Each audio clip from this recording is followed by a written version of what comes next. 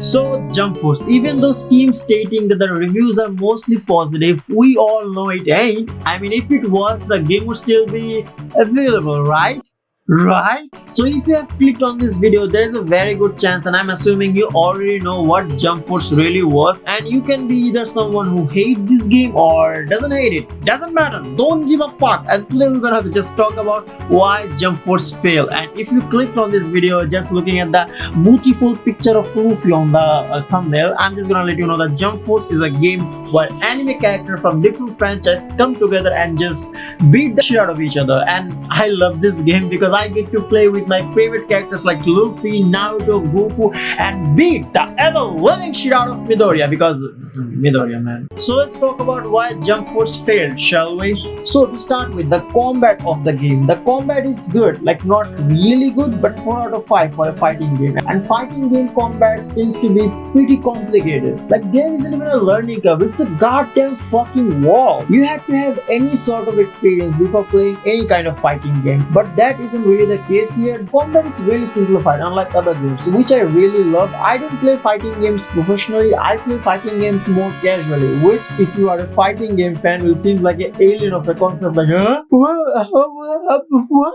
You play fighting game casually? That wasn't even possible. Yeah, you people sound like that in my head.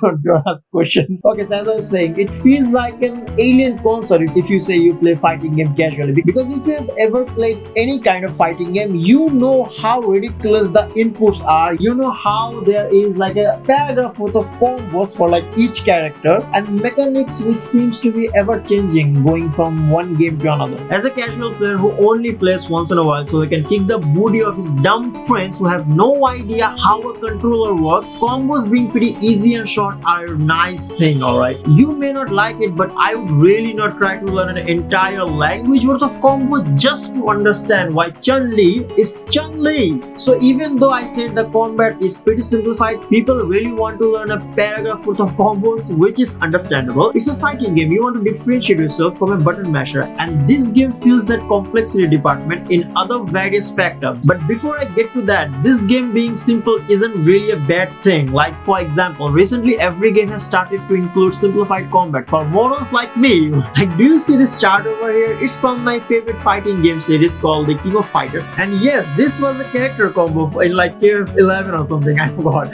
But in the recent KOF games like KOF 15, the game has simplified combos for casual like us. Like press X 4 times, there's an easy ultimate, press X 3 times while finishing with the A button, and there's your no super meter combo. It's that simple. I'm not pressing any other button, I swear to God.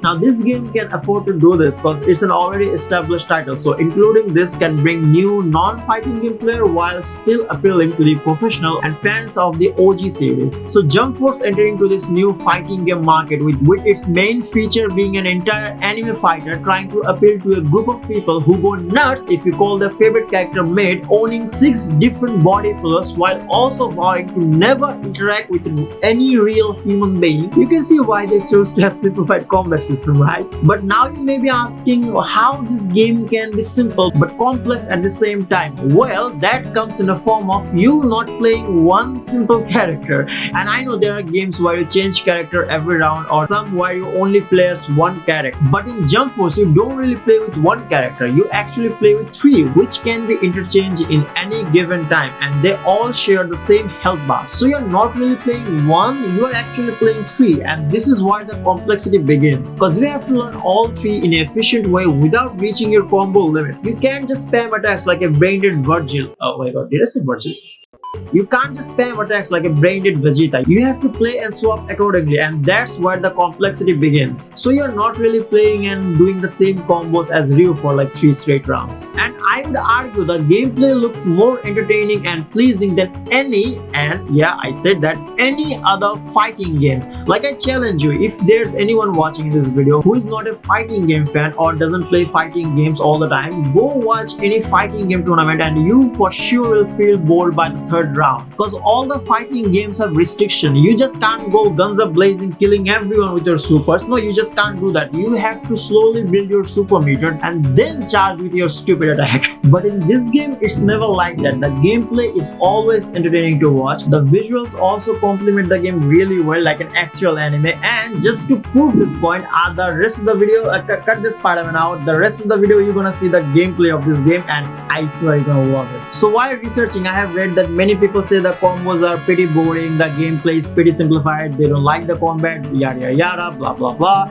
And I really disagree with that. Like, if you can't find the proper combination and don't know how to combo, that's really on you. Like I did this combo just by practicing 30 minutes.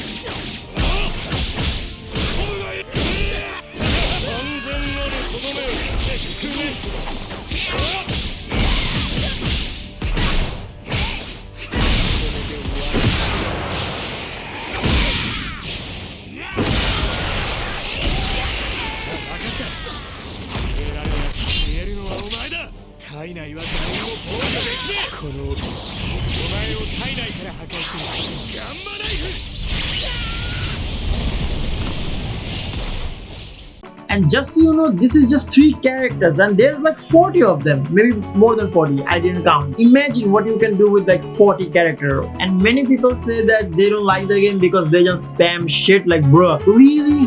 Come on, dude. Like, this is what is going to happen when you give Vegeta's power to moron like me. Like, why throw hands when I can throw fireballs? And jokes apart, there's a thing called perfect dodge and perfect counter, and grab attack, which is unblockable, or grab supers, which is also unblockable. So there is so much counter play for people who spam shit. Like, just learn to play. It's not that hard. I swear. I am playing this game. I know it's not that hard. Well, maybe it's too late for you to learn, but hey, should have tried when it was available, idiots. And now for the thing that I really agree with the haters, and that's the story. And yeah, there's not really much I can say to defend the game here because it sucks. The story really sucks. The story is basically stiff animation explaining to this mute bastard who he really is, which is you, by the way, who goes, beats other guy and then rinse and repeat. And it's really not that special. In fact, the game is so, the story, the story is so boring, I just didn't bother finishing the story, like at all. Now, if you stop yelling at the game and take a step back and look at the whole picture, like, it's not really their fault. Like, I know they could have cooked something better, but let's look at other games that have done the story in a much better way, like Dragon Ball Z, Naruto, or some One Piece game comes to mind. And in those games, the story works because it's in their universe. Story can be as ridiculous as it can get, but just because it's in their universe, they can just go, oh, that's a bad guy. Oh, that's a hero guy. Hero guy beats the bad guy, and here's your joke character. Peasants, say your joke, and everyone laughs, and that's your good game. And not to mention some popular Naruto game which just play PowerPoint presentation of the entire anime and calls it a day. Hey, you can be mad at me. I'm a Naruto fan. I can make fun of the game. I have the license to make fun of the game. But if you think about it, in Jump Force, it's really not that possible. Like, it's just not gonna work. They are in a completely different dimensions. So they could not just make one guy the main character and other not. Like, think about it. If you teleport Luffy to the Dragon Ball Z universe, and now Luffy is basically a god because anyone on the planet has like zero idea what the fuck is a haki. Or you can't just teleport Goku into One Piece universe where he finds the One Piece in like the first hour, and now there's no anime anymore. What the hell? So my point is, if they teleport one character from one anime franchise to another, there's gonna be plot holes. So they figure, well, transfer everyone in one different dimension or universe where they all get to keep their powers and they together fight one bad guy. And of course, following the same narrative, no one is truly the main character. Like, I have seen many people get offended over absolutely nothing. I swear, people are just plain stupid. So many people will also be offended and be like, bro, why Naruto is not the main character? Why Goku is the main character? Do you think Goku is stronger than Naruto? And vice versa. You know how anime fans tends to be. So choosing one guy to be the main character and other fandom hating it, they figure, well, let's make a random guy the main character so all of fandom can hate it. Wait. That was the dumbest idea, I swear. I knew Luffy should be the main character. And also, the story should not really matter here. Like, bro, for fuck's sake, it's a fighting game. It's not Black Myth. Why the story even matters? Like, for other game, it does matter, alright? Like, in other game, it does matter that there's a story exploring a character that you want to be playing as. For example, taking a fighter. I really like this character named Yuri. Not only because he has cool looking flames, but I like him because I know why he has the cool looking flames. I know why he hates this guy who has normal looking flames, and why he suddenly looks like he's been doing drugs for the last 5 hours. But in Jump Force, you know why he is a stretchy boy, you know why he is a yelly boy, you know why he is a crying boy, and you of course know that why he's a gay boy. We all know that, so we don't need any lore in this game to tell us that. So the story can suck my. So for me, you complaining about the story feels really logical. Like, who even cares? Just beat his ass. And next is graphics, and it's not the best, but it's not the worst either. I mean, anime is technically two-dimensional or 2D, so going from 2D to 3D is not really an amazing feeling. Like, almost every game slash fiction suffers from I swear to God, I'm trying to say this for like 5 minutes. Like almost every game from I wanna like every game slash fiction suffers from going 2D to 3D. Yes. Alright, that was a bit of an outburst. So as I was saying, every game slash fiction suffers from going 2D to 3D, and it's not really that bad. I mean, it can look stiff from time to time, but they're only trying to capture the 2D charm in a 3D game. So of course, some things would look odd, but I don't really sweat about a game looking bad if it can produce enjoyable gameplay. Like, bro, no joke. As you can tell, even now I don't really have a decent gaming device or rig, so I play Marvel Rivals at 720p on the lowest setting, plus some mod installed, so the game in some area looks even more shitty, just so it can get decent enough FPS, and the decent enough FPS is, by the way, 60. Yeah. So I still play that game in that horrific looking way just because the gameplay is fun. For the most part, I blame the humans for this. So the game that can produce quality gameplay, the visual for those games tends to be alright, even if they are bad, which most cases they are not. And in some cases, the game can look amazing, borderline spectacular. And the supers, I mean not the supers, the ultimates, bro, the ultimates are just next breed. I'm gonna just throw some of them for you to look at. Just look at this.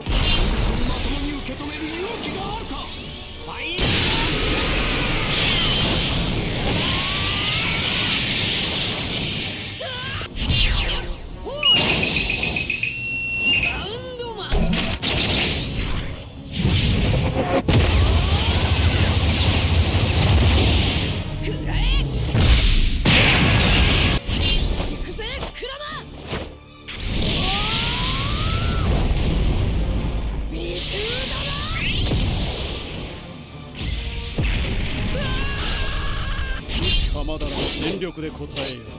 無駄になるという完成体3の俺一人分の地図を書き直す間に迫ってすべての物質の機能は判断が少し遅くそれで視界表記4歩の域に踏みしめて Yeah, I know you don't have to say. They look amazing. And one other thing that I would like to slightly touch on is the voice acting. The voice acting is on point. Like basically during gameplay, during not the cutscene, fuck the cutscene. During the gameplay part, the voice acting is just on point. And like to hear him say is just noise.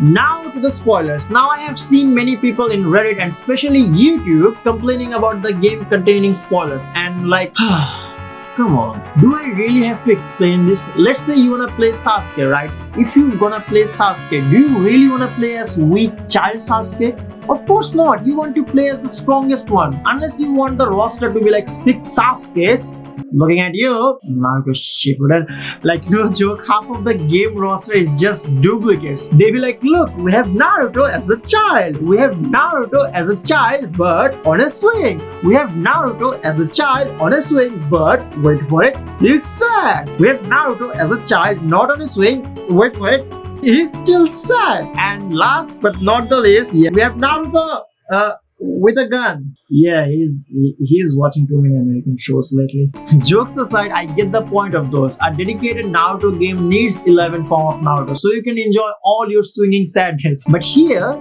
that's not the case, isn't it? So yes, the game has spoilers, but you are playing an anime fighter. An anime fighter. Of course there are spoilers. It's like expecting to poke a lion and expecting not to get bitten. What the fuck do you expect? And as a massive One Piece fan, there is a Gear 4 Luffy spoiler, and as a massive One Piece fan, I want to play or at least see Gear 4 in action while playing and not training Luffy who is still struggling to control his erectile dysfunction. And don't you worry, if you click on one anime picture on Google, there's a 90% chance if you open YouTube, you're gonna see the entire ending. Hey, you're not safe either ways. Why bother? And one last thing, apparently the game was being too greedy, apparently, which is something I really can't comment on because the game is not available on Steam right now. So I don't know how it was when it launched because I didn't play it back then. So that's something I'm not gonna talk about. Like personally, the worst thing for me about this game is I really can't enjoy the game alone in a single player. Like all the fighting game, the single player is trash. I might as well fight the AI boss, and that also gets boring because after beating their asses so many times, they get repetitive and predictable, so they just became boring. And since it doesn't have online, the only multiplayer I get to enjoy is with my dumb friend. As I said, they don't know how to fuck. No, they do know how to fuck. What? And as I said, they have no idea how the hell a controller works. And it's saying something when my only true criticize,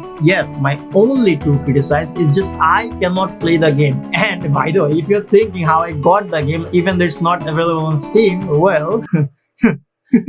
So at the end of the day, I don't really understand all the hate. I love this simple all anime throwing hands game. It's a shame it's not here anymore. We just can't have nice thing because of people. Stupid people. Like I really like to play with actual people who have any form of idea how to play this game, because these idiots don't even know how to hold a damn controller. Psycho bro, for 11 fucking time, press the right shoulder button. That's the left trigger, you dyslexic bitch.